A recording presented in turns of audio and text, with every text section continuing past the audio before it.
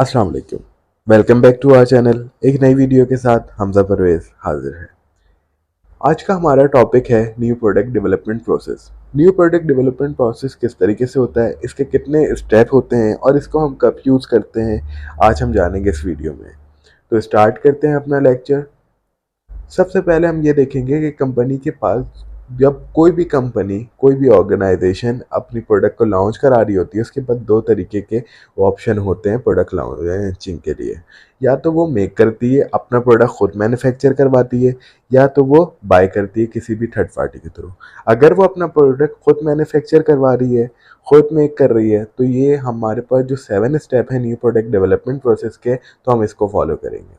तो स्टार्ट करते हैं इस 7 स्टेप्स को। सबसे पहला steps idea generation. Idea generation में क्या होता है, ये फर्स्ट स्टेप होता है प्रोडक्ट डेवलपमेंट का।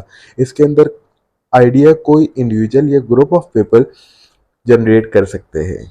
अगर आइडिया एक से ज़्यादा होता है तो हम उसमें से बेस्ट को चूज़ करते हैं।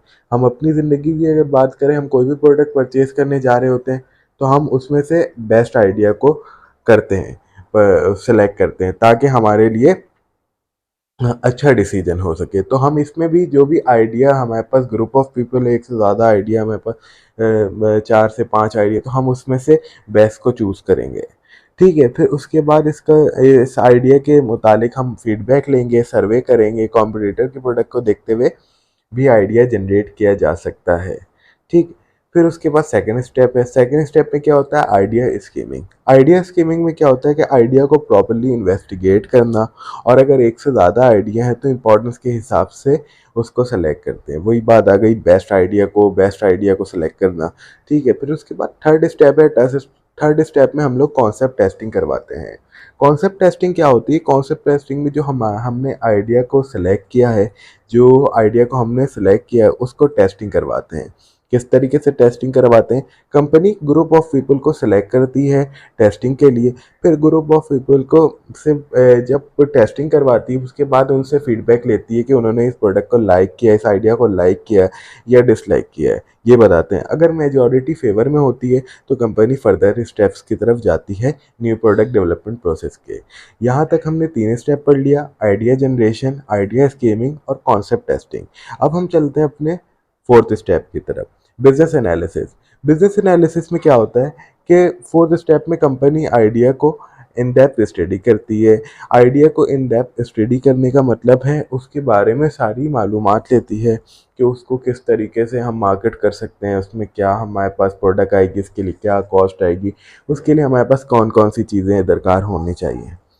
फिर उसके बाद जब वो स्टडी कर लेती है तो फिर उसके बाद ये देखती है, डिसाइड करती है कि प्रोडक्ट की क्या डिमांड होनी चाहिए, उसकी क्या कॉस्ट होनी चाहिए, उसकी कंपटीशन उसका कितना, उससे क्या प्रॉफिटेबिलिटी हमारे पास आएगी और उसकी क्या एक्सपेक्टेड सेल होगी मार्केट में। क्योंकि जब भी हम कोई भी प्रोडक्ट लॉन्च करवा रहे होते हैं, हम ये देखते हैं कि हमारे पास लोग कितने हैं जो ये प्रोडक्ट खरीदेंगे, तो जो भी एक्सपेक्टेड सेल होगी वो कंपनी डिसाइड करेगी, उसके लिहाज से अपना बजट तैयार करती है। अगर प्रोडक्ट क्राइटेरिया पर पूरा उतरता है तो कंपनी एक्सेप्ट करेगी, अदरवाइज उसको रिजेक्ट कर देगी। क्योंकि प्रोडक्ट का क्राइटेरिया पे उतरना बहुत ज़रूरी है, क्योंकि जब वो प्रोडक्ट क्राइटेरिया पे उतरेगा तब उसको कंपनी लॉन्च करवाएगी, वरना कंपनी अपना नुकसान तो करवा नहीं सकती, तो इस वजह से वो उसको रिजेक्ट कर देगी। फिर उसके बाद पांचवा step, product development. Product development में अगर क्राइटेरिया फुलफिल होगा तो तो कंपनी मैन्युफैक्चरिंग कराएगी उस प्रोडक्ट की, उसकी फाइनेंसिंग कराएगी, प्रमोशन करवाएगी, मार्केटिंग कराएगी, डिस्ट्रीब्यूशन चैनल डिसाइड करती है। ये सारी चीज़ें कंपनी स्टार्ट कर देती है। प्रोडक्ट किस स्पेसिफिक प्राइस का है वो डिसाइड करेगी। प्रोडक्ट स्मॉल क्वांटिटी में मैन्युफैक्चर करेगी, क्योंकि उसको अभी टेस्ट मार्केटिंग करवानी है। टेस्ट मार्केटिंग हमारा 6 स्टेप है। टेस्ट मार्केटिंग में हम सबसे पहले प्रोडक्ट को इंट्रोड्यूस करवाते हैं स्मॉल स्केल के ऊपर। मींस कंज्यूमर कैसे रिएक्ट करेगा, हम ये जानने की कोशिश करते हैं कंज्यूमर स्मॉल स्केल के ऊपर उसको जब हम लोग लॉन्च करवाते हैं, मार्केट पर करवाते हैं, तो हमारा मकसद ये होता है कि कंज्यूमर जो है, कस्टमर जो है, कैसे रिएक्ट करेंगे प्रोडक्ट को देखते हो, परचेज करेंगे नहीं करेंगे, उसको पसंद करेंगे नहीं करेंगे, प्रोडक्ट सक्सेसफुल हो रहेगी या नहीं रहेगी। प्रोडक्ट लार्ज स्केल पर अगर रहती है सक्सेसफुल तो हम लार्ज स्केल पर उसको स्टार्टिंग करवाते हैं उसकी मैन्युफैक्चरिंग की। अगर टेस्टिंग में कस्टम प्रोडक्ट फेल हो जाती है तो कंपनी ड्रॉबैक फाइंड करेगी कि किस वजह से ये फेल हुई है और इसका क्या रीज़न है, क्या गलतियां हमने ऐसी की जिस वजह से ये फेल हो गई है, इसको हम लोगों ने पसंद नहीं किया। और अगर वो वजह मिल जाती है तो कंपनी फिर वो वजह के लिहाज से फिर उसको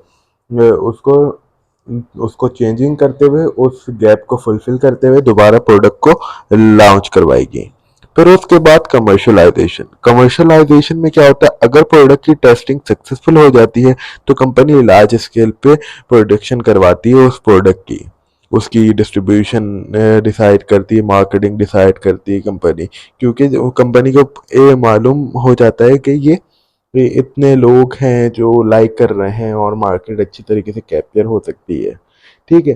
कंपनी कंटिन्यूसली प्रोडक्ट की परफॉर्मेंस को मॉनिटर करती है, जहां ज़रूरत होती है वहां उसकी चेंजेस करती है ताकि उसके लॉयल कस्टमर बने रहें और वो अपनी कॉम्पिटिटिव एडवांटेज को अचीव कर सके। तो ये 7 स्टेप थे न्यू प्रोडक्ट डेवलपमेंट प्रोसेस के।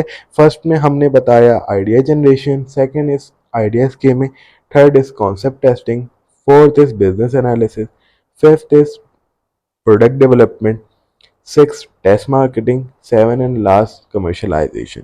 अगर आपको वीडियो अच्छी लगी है तो हमें कमेंट सेक्शन में बताएं और आइंदा जो भी वीडियो आपको जिस टॉपिक पे चाहिए वो भी आप हमें कमेंट में बताएं।